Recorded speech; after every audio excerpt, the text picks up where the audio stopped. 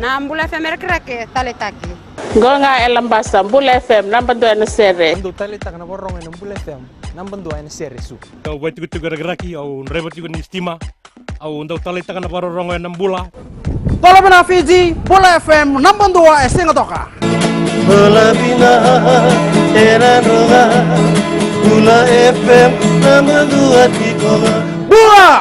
Bula FM namba 2 en sere.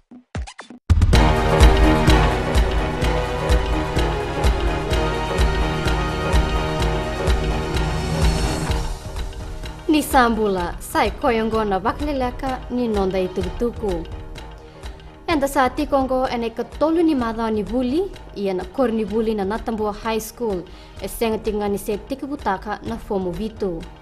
Ebe isiko boli tiko mai na muira na minista ni buli o Filipe Mbole, ka kurumbuitaka na itutukongo, ena nonarongoda mai ena tambani ni itutukongo na FBC News.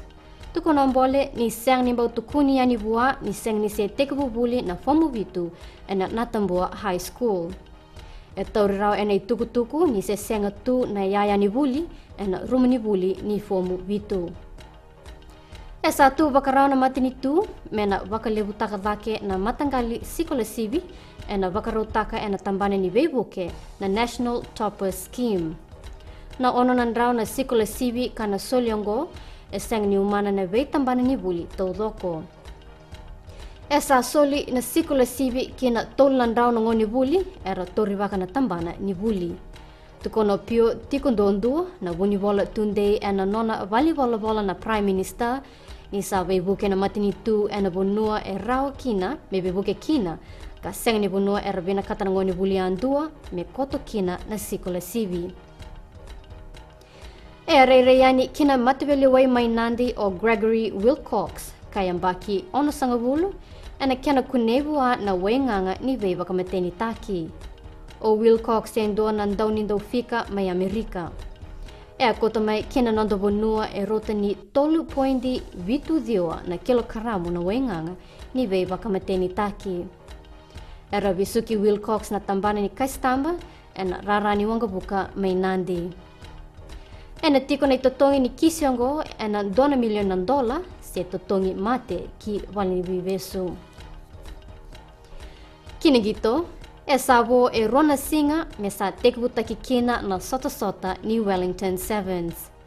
Erto sabakarau tu na dorobo kasama lumu sombutoka na poro karamu ni ba kokoyango. Obiti e tombu bata ke New Zealandi varani se ke Spain. Essa me dava querer na Vakaleleka ni nonda tuku ni temo a demanda.